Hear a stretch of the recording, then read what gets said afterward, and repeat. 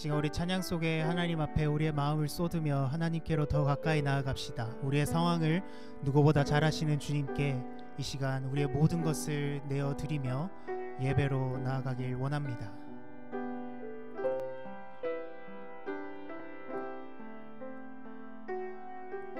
하나님께로 더 가까이 갑니다. 하나님께로 더 가까이 갑니다. 고통 가운데 계신 주님, 변함없는 주님의 크신 사랑, 영원히 주님만을 섬기리. 하나님께로 더 가까이, 하나님께로 더 가까이 갑니다. 고통 가운데 계신 주님, 변함없는 주님의 크신 사랑, 영원히 주님만을. 우리 다시 한 번 더 우리의 마음을 주 앞에 드리며 하나님께로 더 가까이 갑니다. 하나님께로 더 가까이 갑니다. 고통 가운데 계신 주님, 변함없는 주님의 크신 사랑, 영원히 주님만을 섬기리. 우리에게 주신 유일한 희망, 유일한 소망, 유일한 이름 예수 그리스도의 이름을 함께 찬양하며 나아갑시다.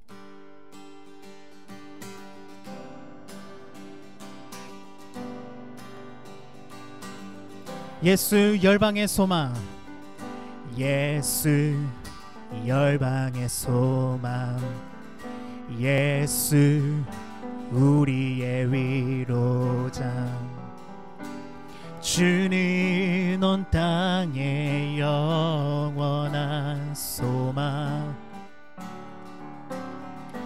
예수 어둠 속의 빛, 예수 변함없는 진리, 주는 온 땅의 빛이 되시네.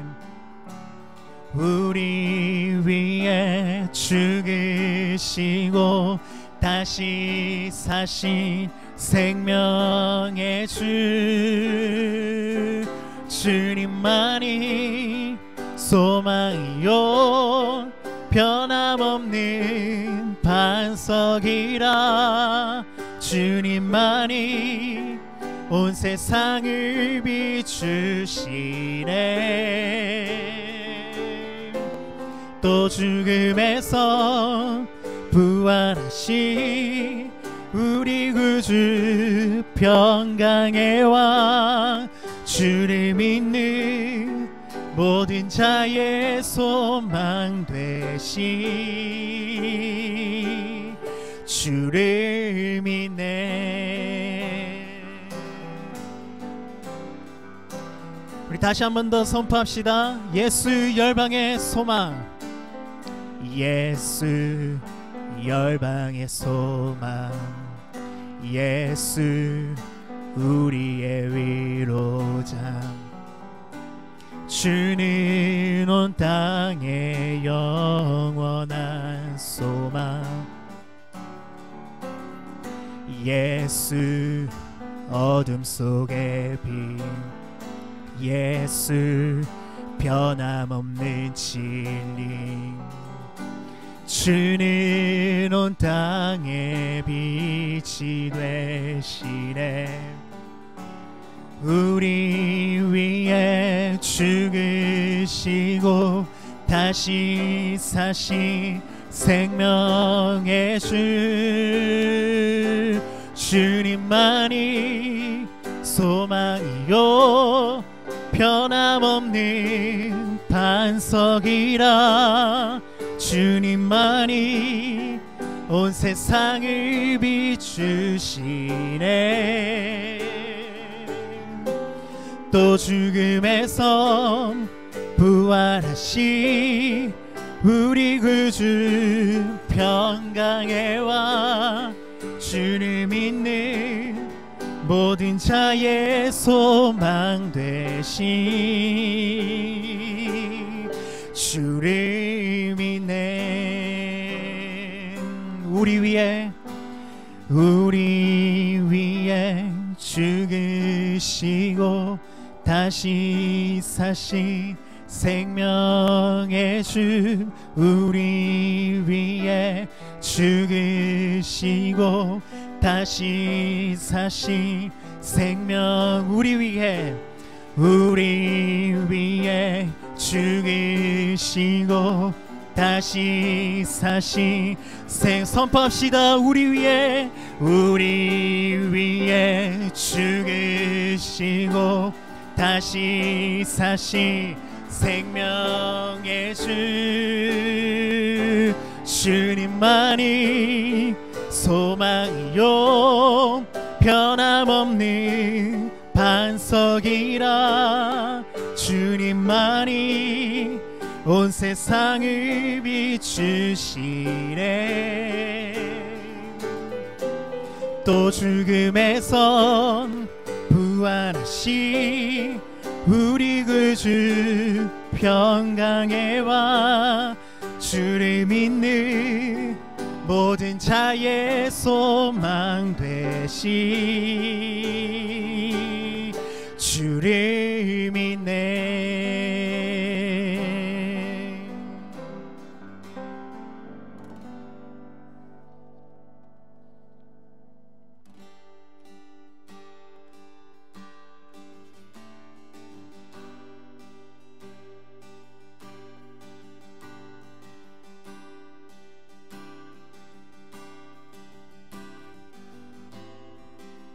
예수 아름다우신 예수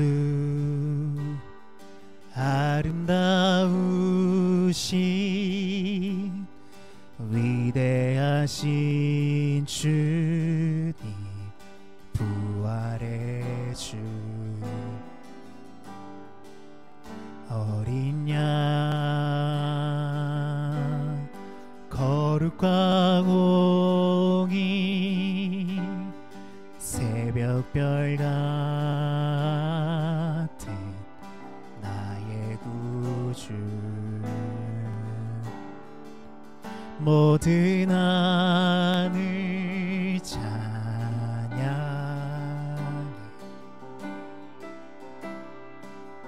모든 만물이 주 경배해. 아름답고 놀라우신 모든 이름보다 높은 이름. 아름답고 놀라우신 주의 이름. 높으신 그 이름 예수.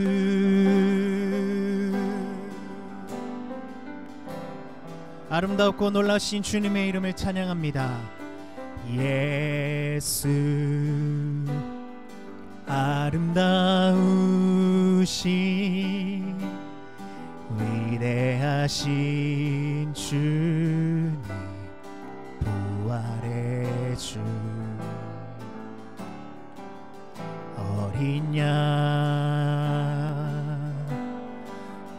거룩과 공인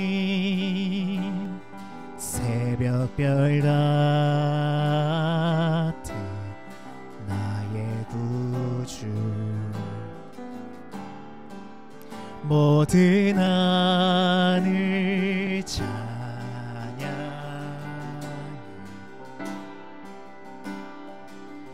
모든 만물이 주 경배해 아름답고 놀라우신 모든 이름보다 높은 이름 아름답고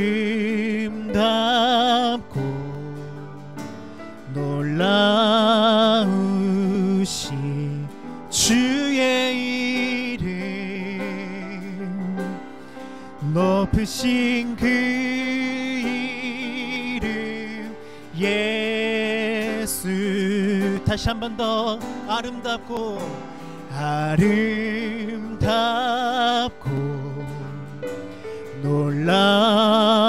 놀라우신 모든 이름보다 높은 이름 아름답고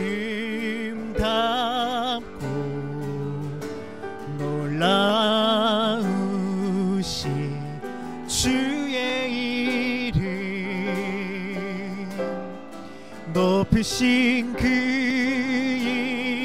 이름 예수 이 시간 우리 주님의 이름을 높여드리며 영원히 주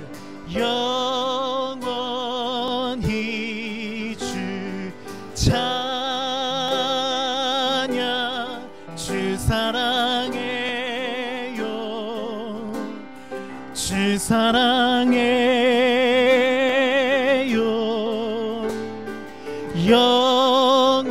영원히 주 찬양 주 사랑해요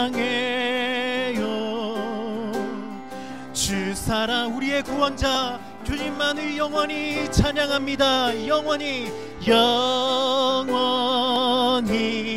주 찬양 주 사랑해요 주 사랑해요 아름답고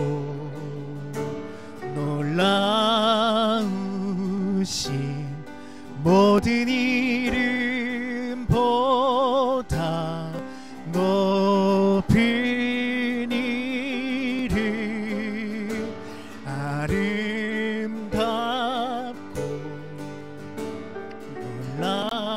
놀라우신 주의 이름 높으신 그 이름 예수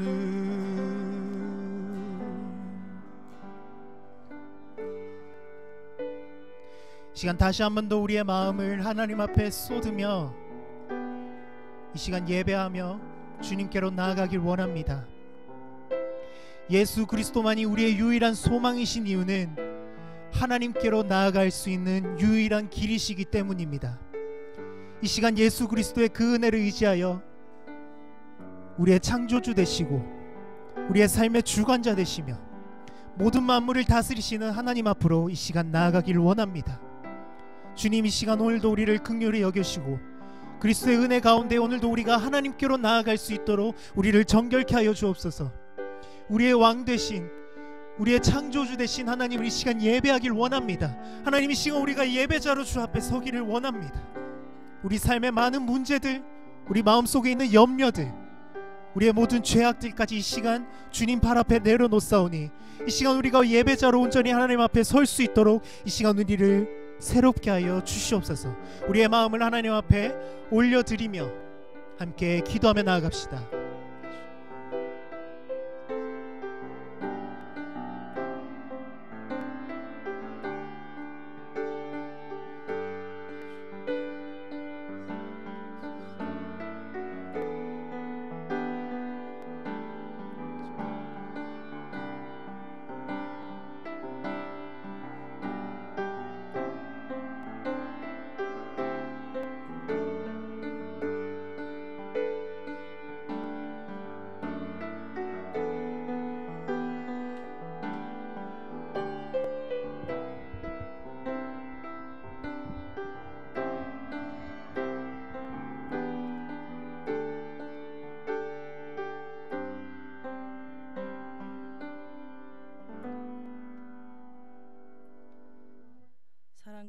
풍성하신 하나님, 지난 한 주간도 험한 세상 가운데서 저희들의 삶을 이끌어 주시고 붙드시고 보호하여 주신 은혜를 감사드립니다. 이 시간 예배를 통해 하나님께서 저희 교회 모든 성도들에게 기름 부어 주셔서 힘들고 어려운 상황 속에서도 감사가 넘쳐나고 멀리서 또 가까이서 드리는 저희 예배를 받으시어 은혜로 채워지는 예배가 되길 원합니다. 코로나 때문에 많이 혼란스러운 이때 저희가 말씀에 더 매달리고 집중하여 그 말씀 따라 순종하며 살길 원합니다. 저희가 구원의 십자가를 바라볼 때 주님께서 저에게 주신 사랑이 넘치는 감사와 은혜가 있는 삶을 살아가야 하지만 저희들은 불평하며 두려워하며 위축된 마음으로 많은 것을 소홀히 할 때가 많았음을 고백하오니 저희를 긍휼히 여기시고 용서하여 주세요. 저희의 뜻대로 사는 지혜가 아닌 말씀을 붙잡고 살며 저희가 주님과 저희의 관계를 바로 세우기 시작하는 것부터 참된 희망과 회복이 있을 것임을 알고 고백합니다. 그러므로 저희 교회의 믿음이 약한 지체들, 또 믿음 안에 어려움을 겪고 있는 많은 지체들과 각 가정의 연약함을 아시는 주님께서 그 필요마다 성령으로 각각 채워주실 것을 알며 그 필요를 채워주실 때에 저희가 주님 앞으로 더 나아가 기도하며 주님의 사랑을 느끼며 기대하는 삶, 또 말씀으로 살아갈 수 있는 성령의 힘 또한 부어주시길 원합니다. 비록 혼란스러운 이 시기 가운데 자유롭게 모이진 못하지만 그러지 못할수록 더욱 하나님을 찾으며 갈급해하고 또한 작게나마 저희 교회에 있는 모든 모임들이 힘들 때일수록 서로 힘이 되어주는 모임이 되고 또 사모하는 마음을 가질 수 있는 공동체가 되길 기도합니다. 건강을 잘 지켜나가야 하는 이 시기에 모든 성도분들 건강 잃지 않을 수 있도록 기도드리며 특히 우리 어린아이들의 건강을 위해서도 기도합니다. 오늘 말씀을 전하시는 전도사님을 위해 기도드립니다. 오늘도 전도사님을 통해 전해지는 말씀 속에 성령 충만함을 주시옵고 저희 성도들에겐 주님의 음성을 듣게 하시어 알지 못했던 것들을 성령의 힘으로 깨닫길 원하며 또한 이 예배를 돕는 많은 손길들 위에도 주님께서 기억하시고 기름 부어 주실 줄 알고 기도드립니다. 지금은 예배를 시작하는 시간입니다. 이 예배의 처음과 끝까지 성령님께서 인도해 주시길 원하며 우리 주 예수 그리스도의 이름으로 기도드립니다. 아멘.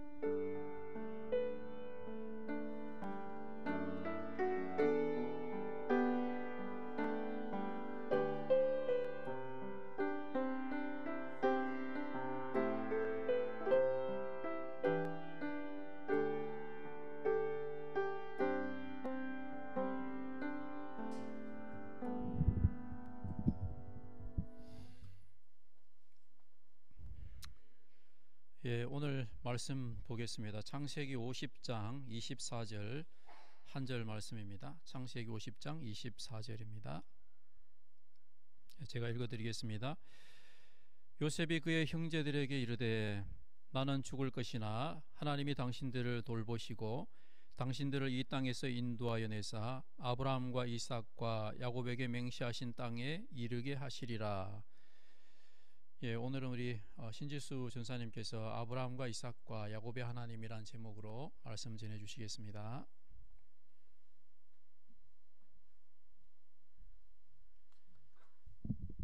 먼저 기도드리시겠습니다.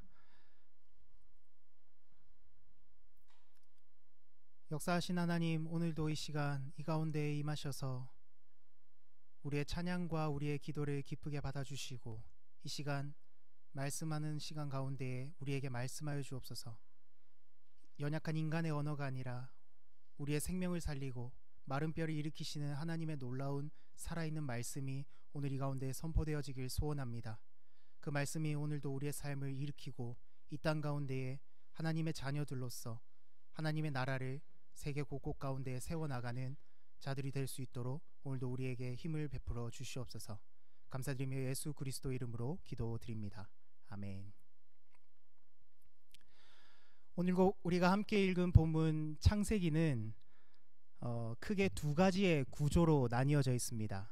1장부터 11장까지의 원역사, 그러니까 세계가 온 만물이, 우주 만물이 어떻게 창조되었는지에 대한 것을 이야기하는 원역사, 그리고 12장부터 마지막 50장까지는 족장사, 이스라엘이라고 하는 민족이 어떻게 형성되게 되었는지를 이야기해주는 두 가지의 큰 구조로 나뉘어져 있습니다. 그런데 이 두 가지의 큰 구조 안에는 또 네 가지로 균형을 이루는 분류가 되어 있는 것을 살펴볼 수 있는데요. 먼저 원역사는 창조, 그리고 타락, 홍수, 바벨탑 사건, 이렇게 네 가지가 큰 주제를 이루고 있고, 그리고 족장은 네 명의 족장, 아브라함, 이삭, 야곱, 요셉, 이렇게 네 가지의 구조로 짜임새 있게 나뉘어져 있는 것을 살펴볼 수 있습니다. 그런데 먼저 전반부에 있는 이 원역사는 하나의 큰 패러다임이 있는데요. 인간이 하나님 앞에서 죄를 범합니다. 그리고 그 죄에 대해서 하나님이 심판을 하시고, 그 심판이 있은 후에 끝이 아니라 이제 하나님이 다시금 인간을 회복하시는 은총이 있습니다. 죄, 심판, 은총의 패러다임의 반복이 원역사에서는 계속해서 등장합니다. 그것은 곧 무엇을 이야기하느냐? 우리 인류는, 우리 사람은 그런 존재라는 것입니다. 우리는 하나님 앞에서 죄를 범했고, 그리고 죄를 범하고 있으며, 그리고 하나님은 그 죄에 대해서 심판하시고, 그러나 그 심판이 끝이 아니라 다시금 우리를 하나님의 사람으로서 회복하시기 위한 은총을 베푸신다. 이것이 우리 모든 인류에게 해당되는 말씀이라는 것을 원역사는 이야기하고 있습니다. 먼저 선악과 사건을 보시면, 선악과로 하나님 앞에 죄를 범했습니다. 그로 인해서 아담과 하와는 에덴 동산에서 쫓겨나는 심판을 받게 됩니다. 그러나 그것이 끝이 아니라 하나님이 가죽옷을 입히시며 그들을 다시금 회복시키시는 은총의 이야기가 나옵니다. 그 뒤에 그들의 아들인 가인과 아벨이 태어나는데, 형인 가인이 동생인 아벨을 죽이는 살인사건이 일어나게 됩니다. 이로부터 시작되어서 6장에 이제 노아가 나오는 그 시대까지 계속해서 인간의 죄악들이 등장하게 됩니다. 그 이러한 인간의 죄로 인해서 하나님이 이제는 홍수로 인류를 심판하시는 심판의 이야기가 나오고, 그 끝에는 무지개를 보여주시며 다시는 물로 너희를 심판하지 않겠다, 노아를 통해서 새로운 역사를 써내려 가겠다 하시는 은총의 이야기가 나옵니다. 그런데 특이하게도 마지막 사건인 바벨탑 사건에서는 보시면 인간들이 죄를 범합니다. 우리가 이제 흩어짐을 면하자, 우리가 이 탑을 하늘에 닿게 쌓자. 그 의미는 곧 우리가 하나님처럼 되자라는 의미가 담겨 있습니다. 죄를 범했습니다. 하나님이 이제 그것을 보시고 인간의 언어를 흩어버리십니다. 그래서 그들을 세계 곳곳으로 흩으시죠. 하나님의 심판이 있었습니다. 그런데 은총이 빠져있고 바로 다음 장인 12장으로 이야기가 넘어간다는 겁니다. 재미난 것은 12장 2절의 말씀을 보시면은 하나님께서 아브라함을 택하여 부르시면서 이렇게 얘기하십니다. 너는 복이 될지라. 무슨 말이냐면 하나님이 지금 아브라함을 가리켜서 네가 바로 은총이다라고 이야기하는 겁니다. 그렇게 이제 그 다시금 죄와 심판과 은총의 패러다임이 다시 반복되면서 지금까지는 온 인류의 역사에 대한 이야기들이 이제는 하나님의 선택받은 민족, 선택받은 백성이라고 하는 이 이스라엘을 향해서 그 시선이 좁혀지는 것을 이 창세기 구조 안에서는 우리가 살펴볼 수 있다는 거죠. 오늘 말씀은 그래서 이 족장의 역사, 족장사 가운데 나타난 하나님은 어떤 분이신지, 이 족장사를 통해서 이 창세기를 기록했던 저자가 우리에게 이야기하고 싶은 것은 무엇인지 말씀 가운데에 알아가기를 원합니다. 우리가 읽은 이 본문 말씀은 창세기의 마지막 장 50장의 그것도 끝부분에 있는 끝절에 있는 말씀입니다. 24절에서 26절까지는 마지막 족장인 요셉이 이제 죽음을 앞두고 그의 형제들과 자녀들에게 유언을 남기는 이야기가 오늘 본문의 이야기입니다. 그 본문을 다시 한 번 더 읽어드리면요, 요셉이 그의 형제들에게 이르되 나는 죽을 것이나 하나님이 당신들을 돌보시고 당신들을 이 땅에서 인도하여 내사 아브라함과 이삭과 야곱에게 맹세하신 땅에 이르게 하시리라 라고 기록되어 있습니다. 이 본문 가운데 오늘은 우리가 두 가지의 초점을 가지고 말씀을 함께 살펴보길 원하는데요. 첫 번째는 이 본문의 가장 마지막에 있는 맹세라는 단어입니다. 하나님이 지금 아브라함과 이삭과 야곱에게 무엇인가 맹세를 하셨다는 겁니다. 하나님의 맹세가 있고, 두 번째는 그 바로 직전에 아브라함과 이삭과 야곱이라고 하는 이름이 있습니다. 여기에서 우리는 왜 하필 아브라함과 이삭과 야곱일까라는 질문을 오늘 말씀 가운데 함께 던져보길 원합니다. 먼저 이 아브라함에게 하나님이 하셨던 맹세가 무엇인지 한번 보도록 하겠습니다. 창세기 12장 1절 2절 말씀을 살펴보시면 여호와께서 아브라함에게 이르시되 너는 너의 고향과 친척과 아버지의 집을 떠나 내가 너에게 보여줄 땅으로 가라.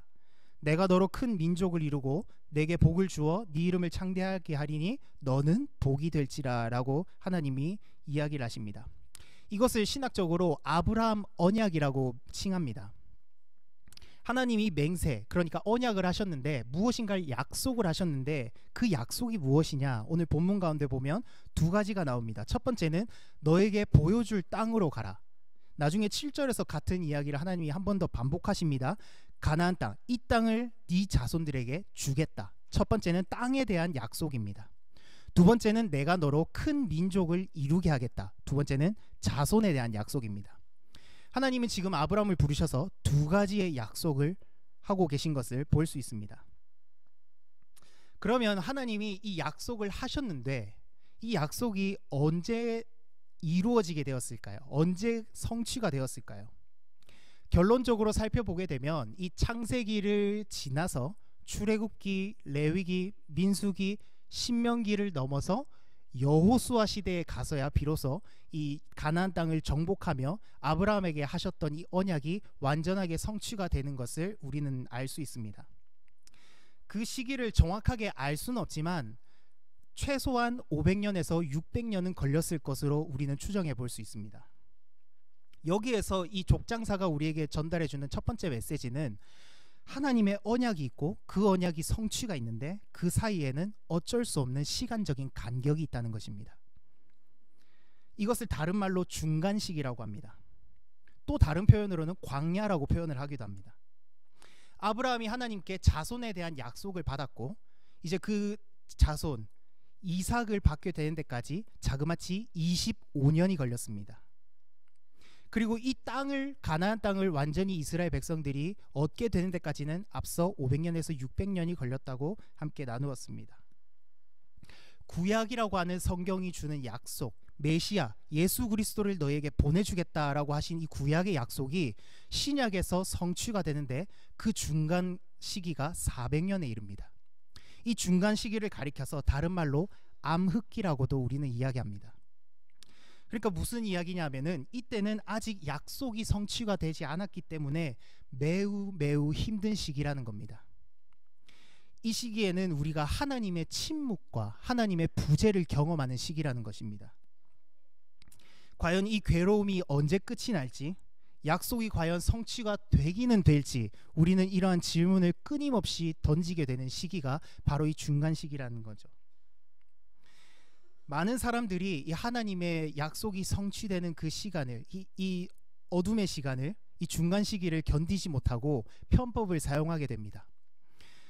본문 가운데 아브라함은 75세에 하나님으로부터 네가 아들을 낳게 될 것이다, 네가 많은 자손의 아버지가 될 것이다 라는 약속을 받았는데 그로부터 25년이 지난 100세에 이삭을 얻지 않습니까?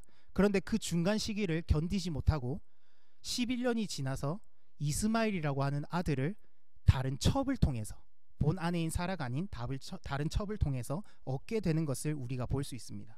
편법을 사용한 것이죠. 그리고 아브라함이 사용한 이 편법으로 인해서 자신과 그리고 자녀들과 그 온 가족이 얼마나 고통을 받는지 우리는 창세기를 읽어보며 쉽게 만날 수 있습니다. 그런데 이 중간기는 단순히 하나님의 침묵과 하나님의 부재를 경험하는 시간만은 결코 아닙니다. 이 시간은 우리를 하나님의 사람으로 연단하는 시간이기도 합니다. 야곱이라고 하는 사람은 태생이 속이는 자였습니다. 그는 태어날 때부터 형의 발꿈치, 형의 발목을 잡는 사람이었다는 것입니다. 그는 여러 가지 사건들 중에 형에게 팥죽을 통해서 형이 가지고 있는 장자의 명분을 빼앗아 오게 됩니다. 나이가 많고 눈이 먼 이제 아버지를 속여서 장자인 형이 받아야 마땅할 축복을 중간에서 가로채서 자신이 그 축복을 가져가게 됩니다. 그래서 이 야곱은 이 중간 시기를 통해서 이 속이는 문제를 하나님 앞에서 연단되게 되는데 그 누구보다 속이는 것을 가장 잘하는 자신의 외삼촌인 라반을 통해서 14년보다 더 긴 세월을 이렇게 훈련을 받게 되는 것입니다.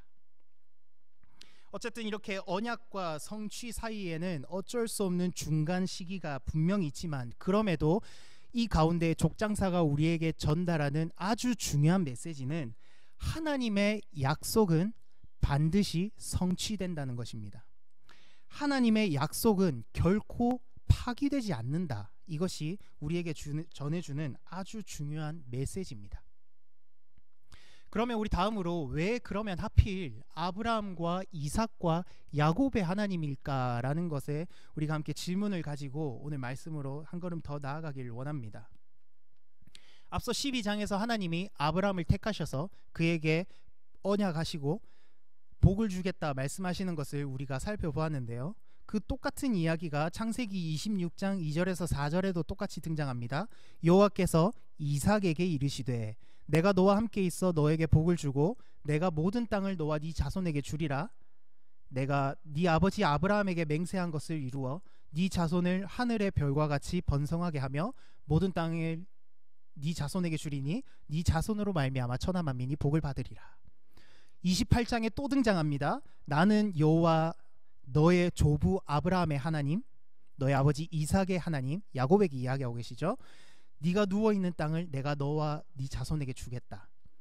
네 자손이 땅이 티끌같이 되어 네가 동서남북으로 뻗어나가게 될 것이고 땅의 모든 족속이 너와 너의 자손으로 말미암아 복을 받을 것이다. 아브라함에게 하신 그 약속이 동일하게 이삭과 야곱에게도 하나님이 동일하게 말씀하고 계시다는 것을 우리는 성경 가운데 볼 수 있는 것이죠. 그리고 오늘 우리에게 주신 본문 말씀 창세기 50장에 그의 아들인 요셉이 유언으로 남기는 메시지에도 똑같은 대목을 우리는 발견할 수 있습니다. 요셉은 아브라함과 이삭과 야곱에게 맹세하신 땅에 이르게 하시리라 라고 분명하게 형제들에게 이야기합니다. 자신의 선조에게 한 약속이라는 것을 오늘 우리로 하여금 확인시켜주는 대목인데요.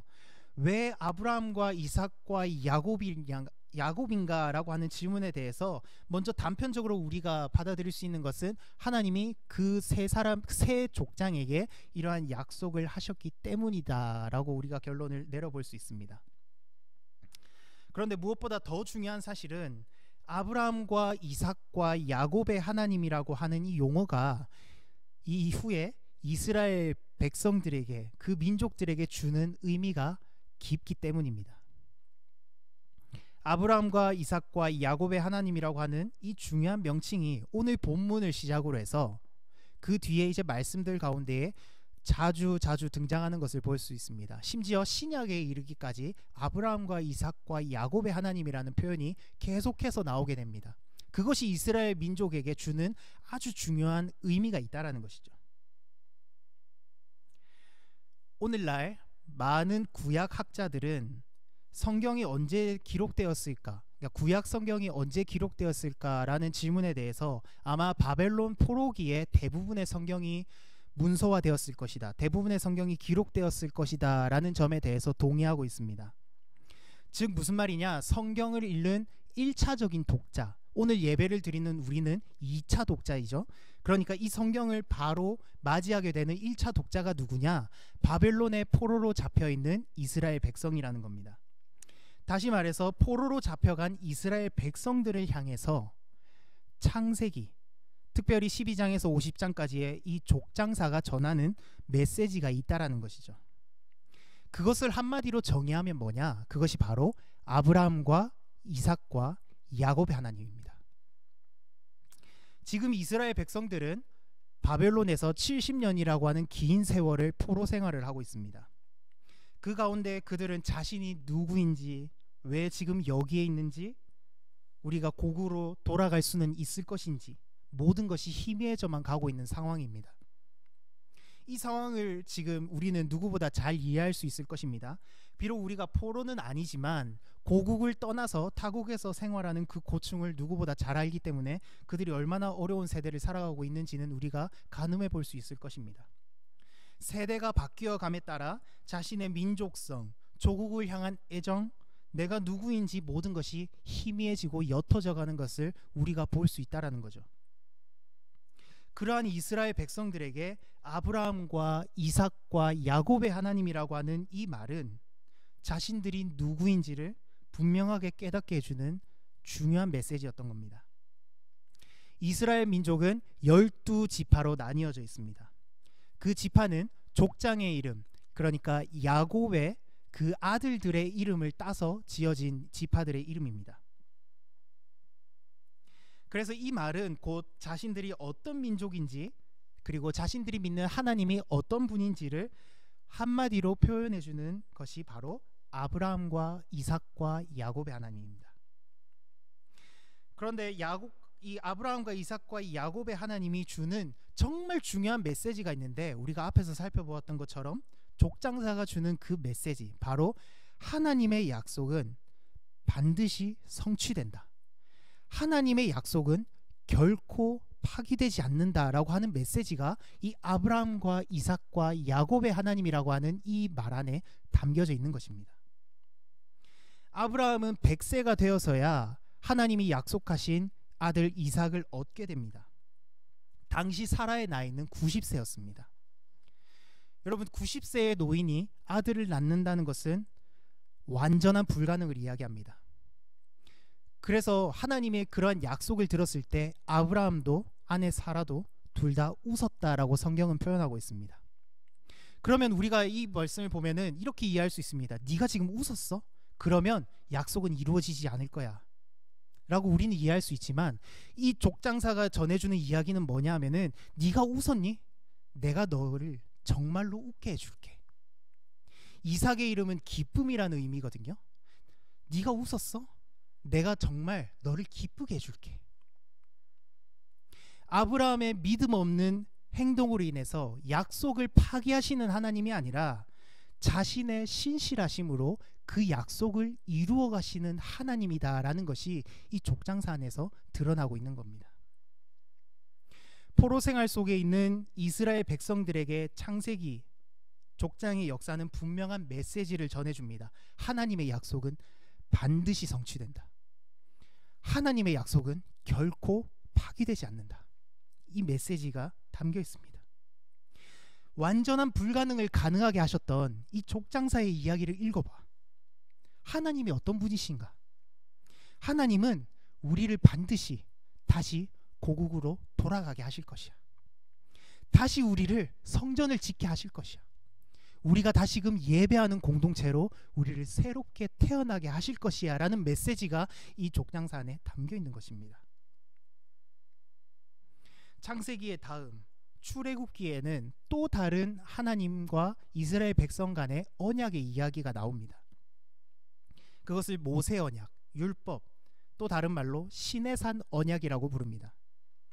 이 시내산 언약은 하나님이 이스라엘 백성을 택하시는데, 너희가 내 말에 순종하면 복을 받고 불순종하면 저주를 받는다라고 하는 조건부 계약입니다. 그 메시지가 지금 포로 생활 가운데 있는 이스라엘 백성들에게 무엇을 전달해 주는가, 지금 우리가 왜 지금 포로로 잡혀왔는가라는 것에 대한 해석을 해준다는 것입니다. 우리가 지금 왜 포로로 잡혀왔는가? 그것은 하나님 말씀에 불순종했기 때문이다 라고 이 출애굽기의 시내산 언약, 그리고 신명기의 사과는 이야기하고 있는 것입니다. 그러한 이스라엘 백성들을 향해서 하나님께서는 창세기를 통해서, 이 족장의 역사를 통해서 말씀하고 싶은 이야기가 있으셨습니다. 시내산 계약이 있기 이전에 아브라함 언약이 있었다는 거죠.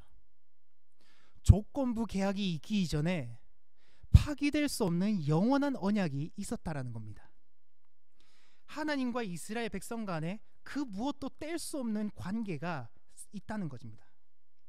인간의 어떠한 잘못으로, 어떤 죄악으로 인해서 파기되는 계약이 아니라 하나님이 주도적으로 맺으신 언약, 하나님이 반드시 성취시키시는 언약이 있다. 그게 무엇이냐? 아브라함 언약이다. 그거를 기억해라는 것이 오늘의 본문의 말씀입니다.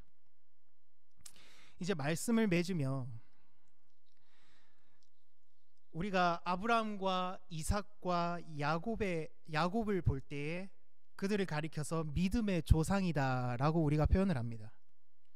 그런데 사실 저는 창세기를 읽을 때마다 잘 동의가 되지 않았습니다. 믿음의 조상이라고 부를 만한 조건을 잘 못 찾겠습니다. 하나님이 분명히 약속하셨음에도 불구하고 편법을 써서 첩을 통해 다른 아들을 얻었던 아브라함. 하나님이 약속하신 땅 가나안이 주셨음에도 불구하고 그 땅에 기근이 생기자 풍족한 애굽 땅으로 피신했던 아브라함.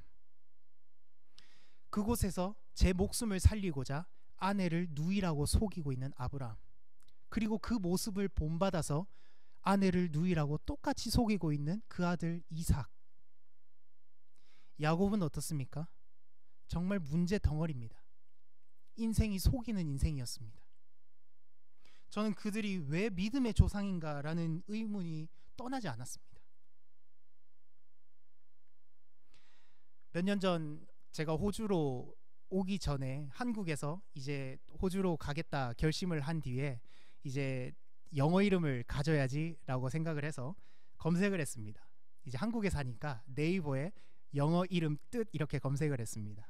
많은 남자 이름들 중에서 뭐가 내 이름으로 좋을까 막 찾다가 이게 마음에 든다 하는 이름이 있었습니다. 그게 지금 제가 영어 이름으로 사용하고 있는 제임스입니다. 제임스 뜻을 보니까 대리자라는 의미였습니다. 제 이름이 지수인데요. 기록할 지자, 물 이름 숫자입니다. 그러니까 세상에 많은 기록이 남을 만한 인물이 되어라 라는 이름이었는데 이제 신학을 하게 되면서 조금 다른 의미를 부여를 했습니다. 제 이름이 아니라 많은 사람들의 이름이 하나님의 생명책에 기록될 수 있도록 하나님의 일을 하는 사람이 되어라 라는 의미로 스스로 조금 자부심을 가지고 이름에 의미를 더했었습니다. 제임스, 대리자, 그 이름과 너무 맞아 떨어지는 겁니다. 이거다. 그리고 지수, 제임스, 뭔가 이 억양도 비슷해서 이게 딱 내 이름이다 라고 결정을 하고 호주로 왔습니다. 그리고 시간이 얼마나 지났을까요? 제가 이제 이 이름에 진짜 파생되었던 그 본 의미를 알게 되었습니다. 밀어내고 대신하는 자, 음모를 써서 대신 들어앉은 자, 탈취한 자라는 그 본래 야곱의 이름이 그 의미가 원래 있었던 겁니다. 그래서 저도 모르게 기도가 나왔습니다. 하나님, 저 이 이름 마음에 들지 않습니다. 이거 왠지 제 이름 아닌 것 같아요. 제가 무엇을 제가 탈취했습니까? 제가 무엇을 빼앗았습니까? 하나님, 저 음모 그런 거 안 썼잖아요. 저 아무래도 이거 제 이름 아닌 것 같아요. 이름은 분명히 존재를 나타낸다고 했는데 하나님, 저 그런 존재 아니잖아요. 저 이거 제임스 안 할래요. 다른 이름 찾아봐야겠어요. 막 이런 기도가 막 나왔었습니다. 그때 하나님이 저에게 주셨던 음성은 네가 야곱이야 라고는 메시지였습니다. 그리고 반드시 기억해, 나는 아브라함과 이삭과 야곱의 하나님이야 라는 메시지를 주셨습니다. 그 뒤에 성경을 다시 보기 시작했습니다. 아브라함, 이삭, 야곱, 아무리 보아도 그들은 여전히 믿음의 조상이라고 불릴 만한 이유가 단 한 가지도 없었습니다. 그런데 하나님은 그들을 가리켜서 뭐라고 하시느냐? 믿음의 조상이라고 이야기합니다. 그리고 나는 아브라함과 이삭과 야곱의 하나님이라고 말씀하십니다. 그러고 제 모습을 보았습니다. 부족한 제가 지금 하나님의 말씀을 함께 나누고 있지만 그럴 만한 자격과 조건이 어디 있을까 찾아보았습니다. 단 한 가지도 없는 겁니다. 아무런 조건이 없는 제가 하나님이 그냥 내가 너의 하나님이야, 내가 바로 아브라함과 이삭과 야곱의 하나님이야 라고 말씀하시며 내가 너를 세웠다라는 메시지를 저에게 주시는 겁니다. 그때 저는 인정할 수밖에 없었습니다. 하나님, 제가 야곱입니다.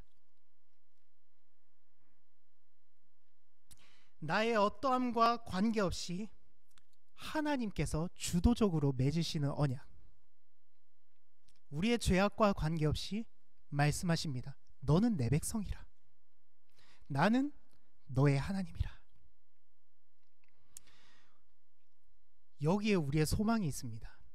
여러분, 우리가 하나님 앞에 설 자격이 무엇이 있겠습니까? 우리가 구원받을 만한 자격이 무엇이 있겠습니까? 우리가 의롭다 칭함을 받을 자격이 무엇이 있겠습니까?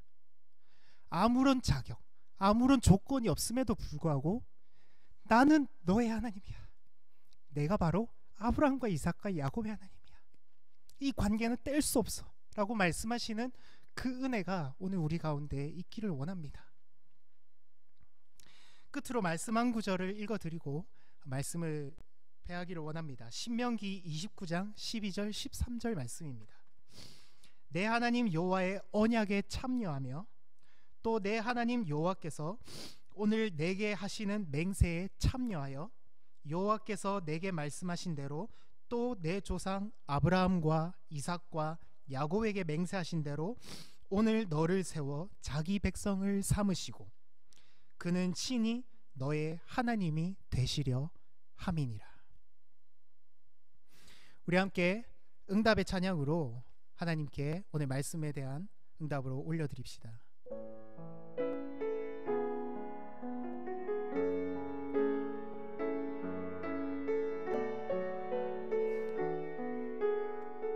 함께 고백합니다. 하나님이시여, 하나님이시여, 하나님이시여, 주는 나의 하나님이시로다.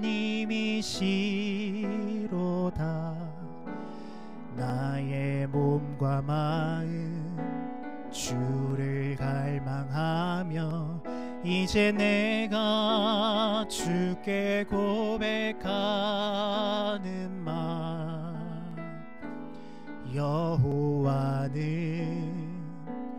나의 힘이요, 여호와는 나의 구원이시니 내가 누구를 두려워하리요.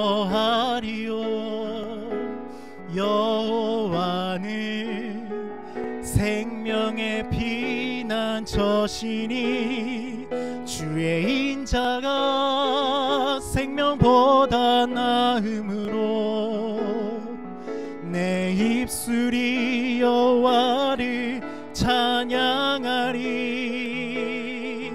내 평생에 주를 찬양하며 주의 이름으로 내 손 들리라. 다시 한 번 더 찬양합니다. 하나님이시여, 하나님이시여, 하나님이시여, 주는 나의 하나님이시로다. 나의 몸과 마음 주를 갈망하며 이제 내가 주께 고백하. 여호와는 나의 힘이요, 여호와는 나의 힘이, 여호와는 나의 구원이시니 여호와는 나의 구원이시니 내가 누구를 두려워하리요. 여호와는 생명의 피난처시니 주의 인자가 생명보다 나음으로 내 입술이 여호와를 찬양하리. 내 평생에 주를 찬양하며 주의 이름으로 내 손. 다시 한 번 더. 주의 인자가 생명보다 나음으로 주의 인자가 생명보다 나음으로 내 입술이 여호와를 찬양하리. 내 평생에 주를 찬양하. 주의 이름으로 내 손을 들리라.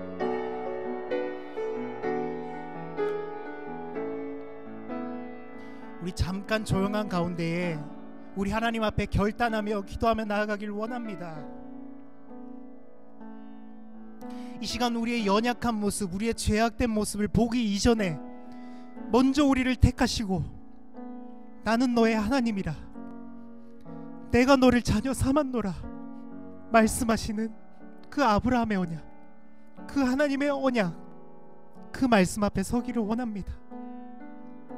우리가 아무 조건 없음에도 불구하고 우리를 귀하다, 아름답다, 존귀하다 여기신 하나님 앞에, 주님, 우리가 하나님 앞에 하나님의 사람으로 살아가겠습니다 라는 결단의 고백으로 우리 조용한 가운데 하나님께 결단을 올려드리겠습니다.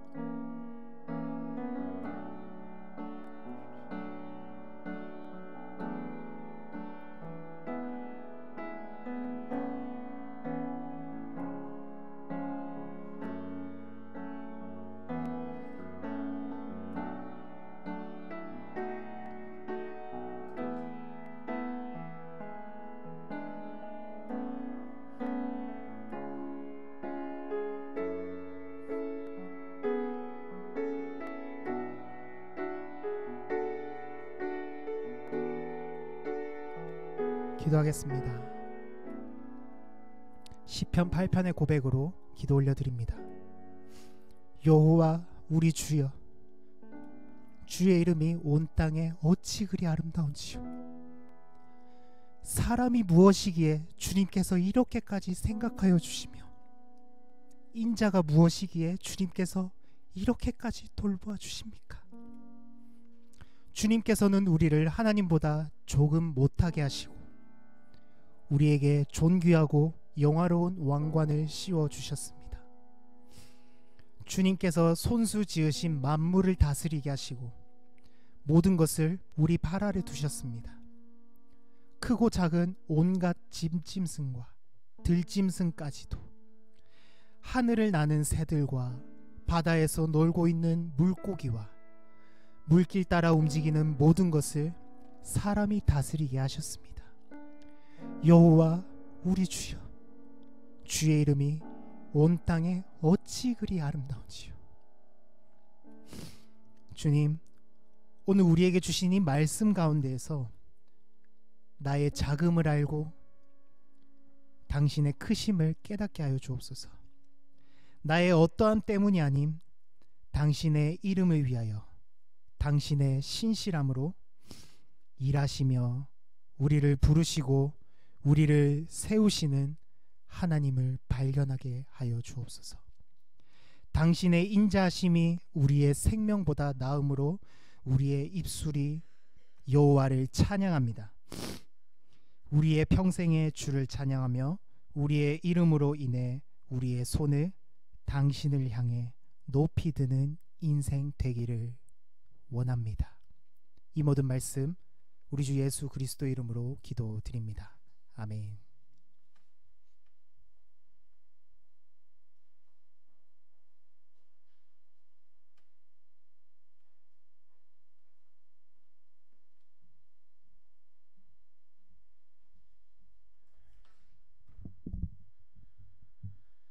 예, 감사합니다. 이 시간에 우리 드려진 헌금을 위해서 기도하고 축도로 예배를 마치도록 하겠습니다. 은혜와 사랑이 풍성하신 여호와 하나님 아버지, 참으로 저희가 어떤 사랑받을 만한 모습도 없고 어떤 의로운 모습도 없지만은 하나님께서 아브라함과 이삭과 야곱을 택하셔서 주의 귀한 도구로 사용하시고 그들의 아버지가 되어주시고 그들의 하나님이 되어주셨던 것처럼 연약한 저희들에게도 동일하게 찾아오셔서 우리의 아버지가 되어주시고 우리 하나님이 되어주시고 우리를 하나님의 존귀한 자녀로 삼아주신 하나님께 감사와 영광을 돌려드립니다.